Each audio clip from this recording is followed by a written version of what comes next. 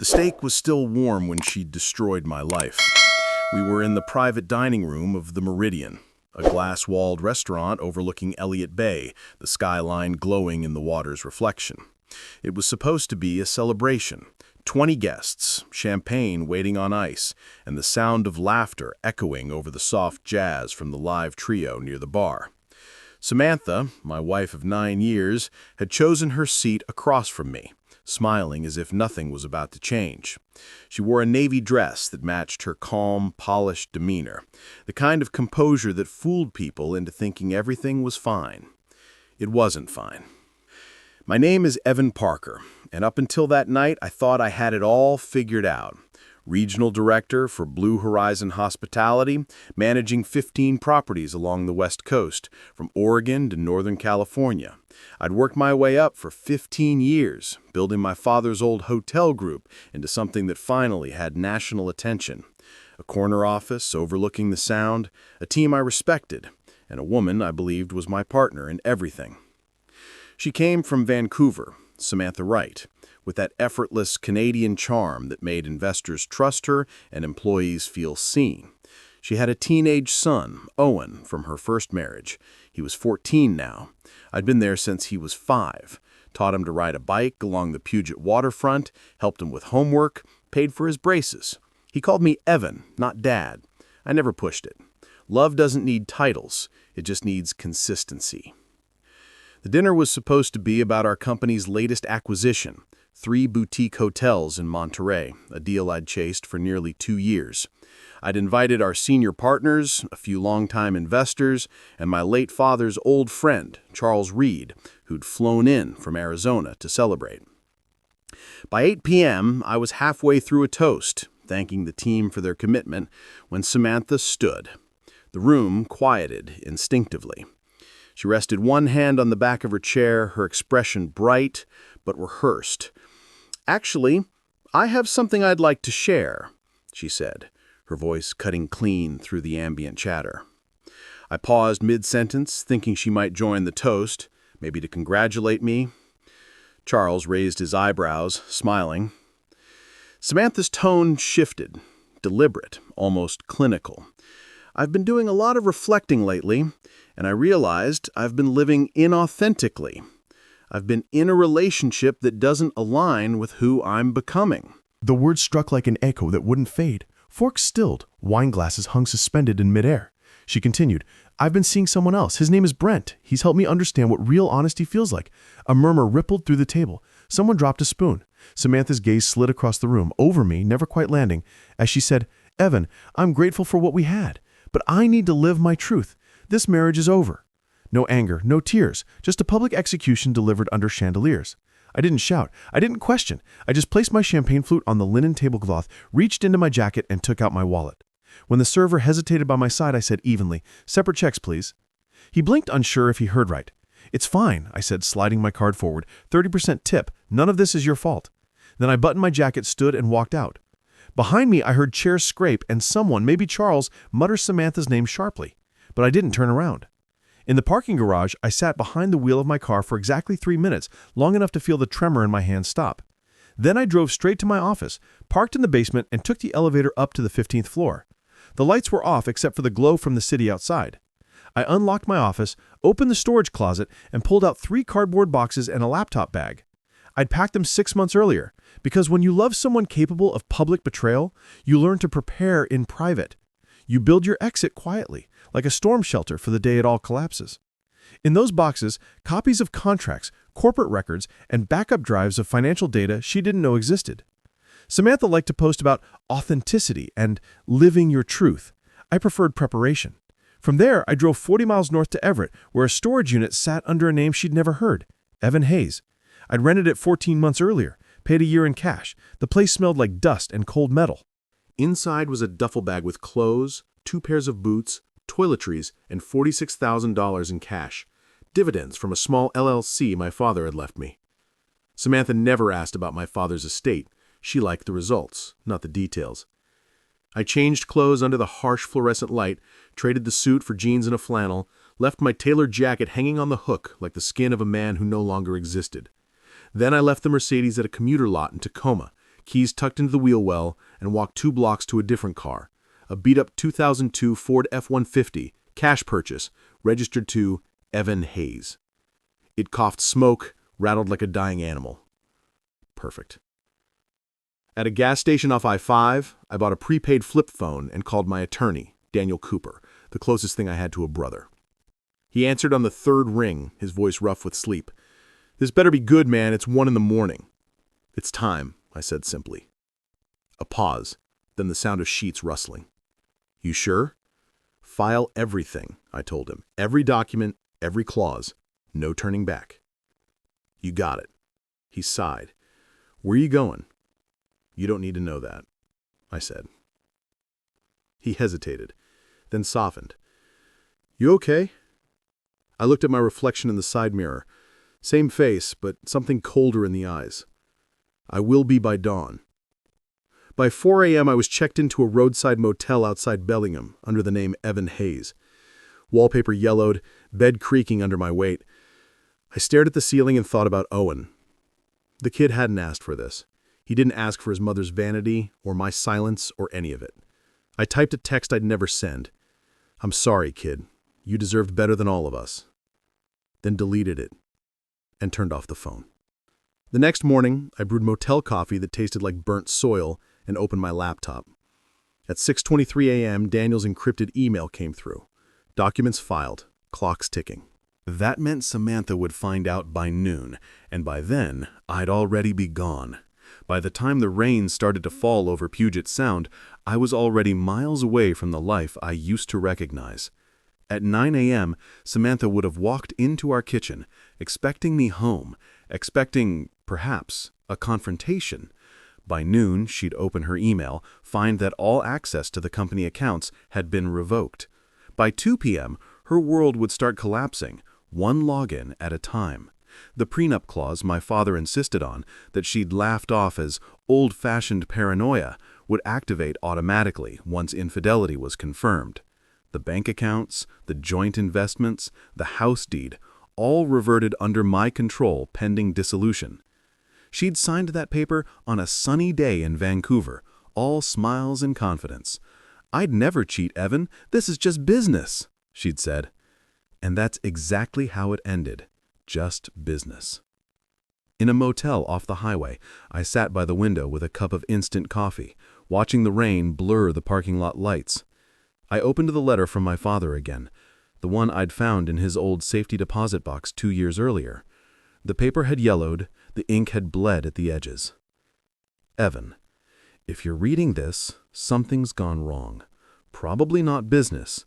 That you can always rebuild. More likely, love. Because you love deeply, sometimes too deeply. Don't let that loyalty become your noose. People like your mother taught me, when someone loves the reflection more than the reality, you'll always lose. If that day ever comes, you walk. No apologies. Dad." I folded the letter back carefully. He'd known. Somehow, he'd known this day would come for me too. The rain turned to sleet. I zipped up my jacket, opened my laptop again, and watched as the system I'd built for years began shutting down in front of me. I removed Samantha's access from the corporate shared drives, triggered password rotations for every major platform, and revoked her administrative rights. One by one, her emails bounced. Every action was calm, measured, surgical. At 10:42 a.m., Daniel texted. She called the corporate office, tried to reach HR. They forwarded her to legal. "We're covered." I didn't reply. That afternoon, I drove north, leaving Seattle behind like a shadow I'd outgrown. The highway curved along the Sound, gray water stretching endlessly on my left, pines shivering in the wind on my right. By dusk, I was in Anacortes, where the coastline turned rugged and quiet. I checked into another motel, this one overlooking the harbor, and booked a cabin for the next week under my alias. The next morning, Daniel called again. "She's spiraling," he said flatly. "Posted some kind of confession video. Something about choosing honesty over comfort. It's getting traction." I let out a dry laugh. "Of course it is." "She's still trying to call you." "Don't block her number yet. Let it go to voicemail. I want everything documented." Understood, Daniel replied. But Evan, she's calling the cops next. Says she's worried you might have done something drastic. Then let her worry. The police came by Daniel's office the next day. A wellness check, they called it. He told them I was fine, working remotely, voluntarily. No legal obligation to report to my estranged spouse. That word, estranged, hit like a quiet thunderclap. When he called me after, Daniel said, "She's starting to realize she has no leverage left." I didn't reply. I just stared at the rain carving silver lines down the motel window. On the 7th day, she uploaded another video. This time, there was no makeup, no perfect lighting. Just Samantha sitting cross-legged on the couch of our old house, eyes red, voice trembling. "I thought I was being brave," she said, "but maybe I was just being selfish. I didn't understand what honesty costs until I lost everything." The comments below were merciless. "You humiliated your husband and call it growth. Actions have consequences. Try telling the truth without an audience next time." By then, she had lost half her followers. Sponsors started backing out. The authentic journey didn't look so marketable anymore. Daniel's voice came through the phone again later that week. "She's trying to contest the prenup, claims your father coerced her." "She had her own lawyer," I said. "Exactly. We have records, signed retainer agreements. It's airtight." "What about the visa?" "That's where it gets tricky. Her spousal visa terminates when the divorce finalizes. 90 days to leave or apply for something else. She's got lawyers scrambling, but—" He paused. "There's nothing to stand on." I nodded, silently, though he couldn't see it. "What about the kid?" I asked quietly. Daniel hesitated. "Owen? He's fine. Has U.S. residency through his biological father. Not affected." I swallowed hard. "Still, Evan, I know you care. But she made her choices. You can't fix this for her or him." 3 weeks into my disappearance, I got a message I didn't expect.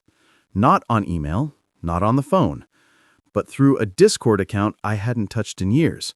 One I used to play games with Owen when he was younger. "Owen, you there?" I froze. The kid was smart. He'd found a way to reach me without his mother's shadow. "Evan, I'm here." She's losing it. Keeps calling your old office. Nobody's saying anything. I know. Are you okay? She cries a lot. Brent moved in. I hate him. I clenched my jaw. I'm sorry, kid. Not your fault. She did this. 4 words. She did this. Coming from a 14-year-old, they carried more clarity than anything I'd said to myself in weeks. Do you need anything? Money? Help with school? No. Daniel set something up for me. Said you did it. He meant the trust. Daniel hadn't told me it was active yet. You deserve that. Whatever happens between me and your mom doesn't change that. There was a long pause before his next message appeared. Can I see you? I stared at the screen, unable to type for almost a minute. When you turn 18. Until then, it's complicated. I get it. You're a good kid, Owen. Don't let this make you bitter. Too late. Then the chat went offline. That night, the cabin was so quiet I could hear the snow falling outside. I stared into the fireplace until the wood collapsed into embers. For the first time since that dinner, I felt something other than anger. Guilt. Not for leaving her, for leaving him. The next morning, Daniel called. "You set up the trust, right?" I asked before he spoke. He exhaled. "Yeah. Enough for college and a future. Locked tight from her access." "Thank you." "You think he'll reach out again?" Daniel asked. "I hope so. Just be careful. Samantha's desperate. She'll use him if she can." "She can try," I said. "But Owen's smarter than she gives him credit for." Outside, the snow kept falling, soft and steady, erasing the footprints that led to my door. And as I watched it blanket the world in silence, I realized I didn't miss my old life. I just missed who I used to be before her. By February, Seattle had gone cold and gray again. That heavy, endless kind of winter where the sun hides for weeks and the air smells of rain-soaked cedar. Daniel called one morning while I was sanding a piece of driftwood in the cabin workshop. "She's running out of road," he said without preamble. I switched off the sander, brushed the dust from my hands. What do you mean? He's filed 3 appeals on the visa. None have gone through. Immigration gave her a 60-day extension on humanitarian grounds. That's over in 2 weeks. And then? She's got to leave the country, or they'll remove her. I didn't answer right away. Through the window, the snow was melting in thin, dirty lines along the edge of the forest. Daniel's voice softened. You okay hearing that? I don't know, I said honestly. She made her choices, but Owen didn't. He sighed. Owen's with his biological father now. Papers are finalized. The guy lives in Colorado. The kid's safe. Safe.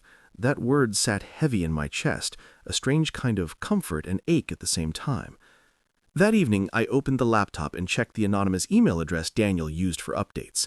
A new subject line blinked at me. Video, day 120. I hesitated, then clicked.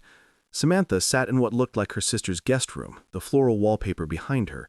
No ring light, no music. Her face was thinner, her eyes hollow. I made mistakes, she said, voice trembling. I thought I was being brave. I thought I was teaching my son to choose truth, but I just taught him to stop believing in people. And now I'm losing everything. I might have to leave. I don't know what comes next.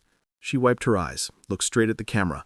Evan, if you're watching this, please, we need to talk. Not for me, for Owen.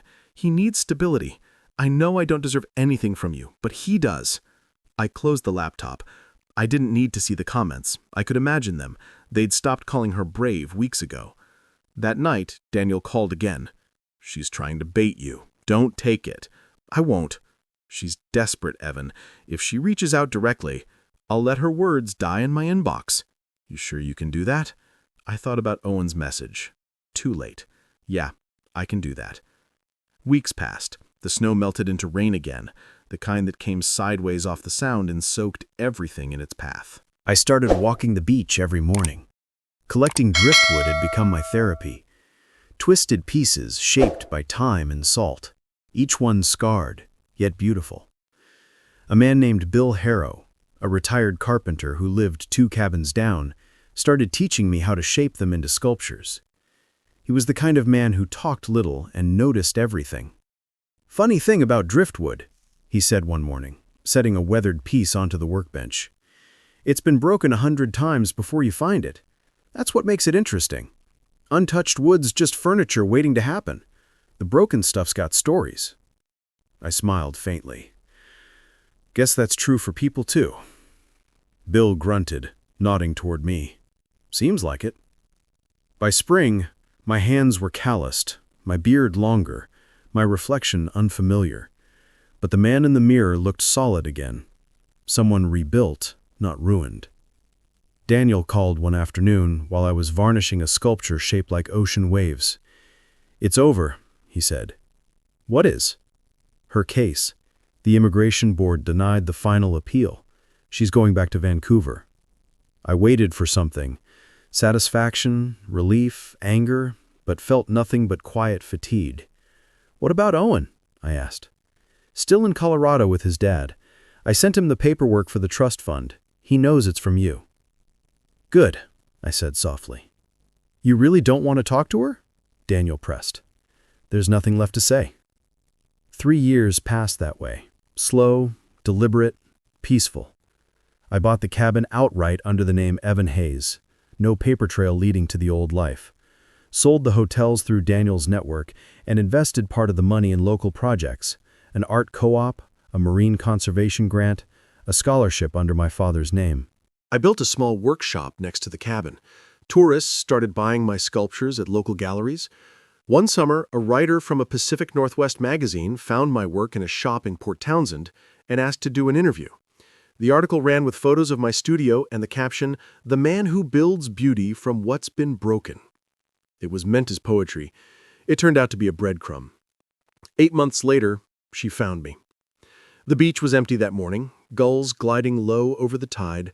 I was working on a new piece, a spiral form made of cedar and ash, when I heard footsteps behind me. They hesitated before stopping. Evan. I froze. That voice. 3 years, and it still found the same nerve. I turned slowly. Samantha stood 20 feet away, her hair pulled back, a simple gray coat clinging to her frame. She looked smaller somehow, not just thinner, but diminished. The confidence she once wore like armor was gone. "Hi," she said softly. I didn't answer right away. The wind carried the smell of salt and rain. You found me," I said finally. "I saw the article," she said, eyes darting to the sculpture behind me. "I knew it was you." "Well," I said, "congratulations. You'd solved the mystery." She hugged her arms against herself. "I needed to see you, to explain." "There's nothing to explain," I said, turning back to the driftwood. "You already did that 3 years ago, in front of 20 people. Her breath caught. "That was a mistake. The way I did it. I've regretted it every day since." "I don't care," I said quietly. Those words hit her harder than any insult. Her lips parted, but no sound came out. "You look different," she said after a moment, her voice trembling. "I am different. Owen misses you. He knows how to reach me." She blinked, confused. He never told me." "Why would he?" I said, meeting her eyes at last. "You didn't earn that trust." Her tears came fast then, the kind that looked like shock, not sadness. "Please, Evan, I'm not asking for forgiveness. I just want you to understand what I was going through." "I understand perfectly," I said. "You wanted something else. You got it. That's all there is." She took a shaky breath. 3 years, and that's all you have to say?" I set down the piece of wood, wiped my hands. "What do you want, Samantha? Closure? Permission to feel better about yourself? I can't give you either." She stood there for another minute, trembling, before turning and walking back toward the parking lot. When she was gone, the silence felt different. Not empty, but clean. I picked up the driftwood again. The grain was uneven but beautiful. It still needed shaping. Unlike some things, it would be worth finishing. 8 months after Samantha found me on that beach, life had settled into something resembling balance. The tourists came and went. My art found quiet homes in galleries across the Northwest. I had routine now: sunrise coffee on the porch, hours in the workshop, the hum of rain against the roof. It wasn't the life I'd planned, but it was mine. Then one morning in late April, my phone buzzed with a number I recognized immediately. Owen. "Hey," I answered. "Hey," he said, voice deeper than I remembered. "I'm 18 now. Can I come visit?" I smiled. Really smiled. For the first time in weeks. "Yeah, kid. You can come visit." He arrived 3 days later in a beat-up Honda Civic that sounded like it was powered by hope alone. He stepped out, taller, broader, a young man where a boy used to be. We didn't hug, we just nodded. Two people who didn't need words to understand what mattered. "This is cool," he said, looking around the workshop at the half-finished sculptures, the smell of sawdust and salt in the air. "Thanks," I replied. "You hungry?" We went to a local diner, the kind with old jukeboxes and waitresses who called everyone honey. Owen ordered a burger, ate in silence for a while before speaking. "Mom said she came to see you." "She did. She said you were cruel." "I wasn't," I said quietly. "I was honest." He nodded slowly. "That's what I figured." "She wanted me to ask you to talk to her again." "And?" "I told her I wasn't doing that." "Good," I said. "That's between her and me. You don't belong in the middle." He poked at his fries. "She's struggling. Working part-time at some boutique, living with her sister in Vancouver, still trying to do the influencer thing, but no one cares anymore." I took a sip of coffee. "What about you?"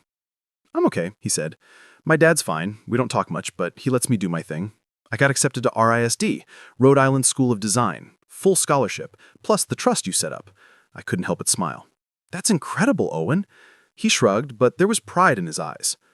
"Why did you do it?" he asked. "You didn't have to." "Because you deserved a chance," I said. "What your mom did, what I did, none of that was your fault. You got caught in the crossfire. Least I could do was make sure you had options." He looked at me for a long moment, then nodded. "She says you abandoned us." I abandoned her, I corrected. Not you. There's a difference. I know, he said quietly. I just wanted to hear you say it. We spent the next 3 days together. We fished at dawn, walked the beach at night, and worked on a sculpture in the middle. He had a natural eye, patient hands, precise movements. Watching him work reminded me of what it looked like to believe in something again. On the last morning, he loaded his bags into the car. You can come back any time, I said. Door's always open. He nodded. Thanks, Evan, for everything, for not being like her. He drove away, and I stood there watching until the car disappeared around the bend. He'd be fine. Stronger, maybe, for having lived through all of it.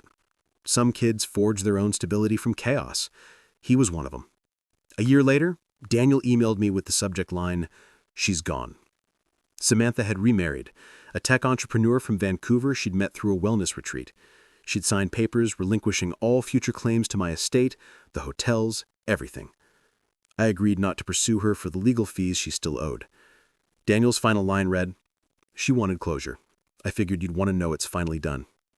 I stared at the message for a long time, then typed my reply. "Thanks for everything, Dan. Send the final invoice. We're square after this." His reply came minutes later. "Invoice? Evan, you paid me 3 years ago.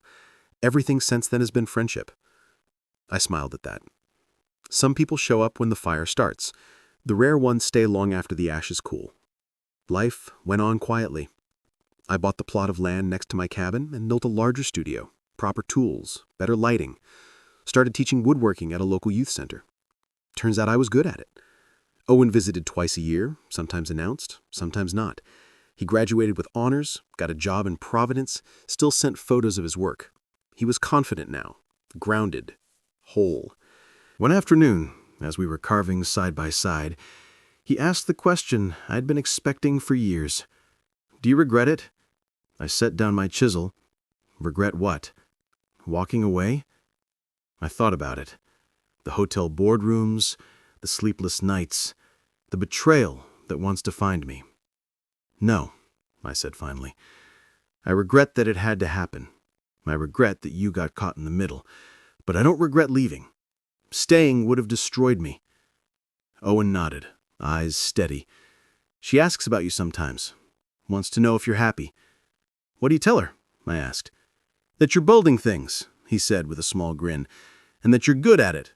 That's all I tell her, because it's none of her business." I chuckled softly. "Smart kid." "I learned from the best," he said. 2 years later, I met Grace, a ceramics instructor from the community center. She had soft eyes, a quick wit, and a laugh that sounded like sunlight. We took things slow. She never asked too many questions, never tried to fix me. She understood that broken things could still be beautiful. Maybe because she was an artist too. When Owen came to visit, he and Grace bonded over art and design while I made dinner. Watching them laugh together, I felt something I hadn't felt in years. Peace.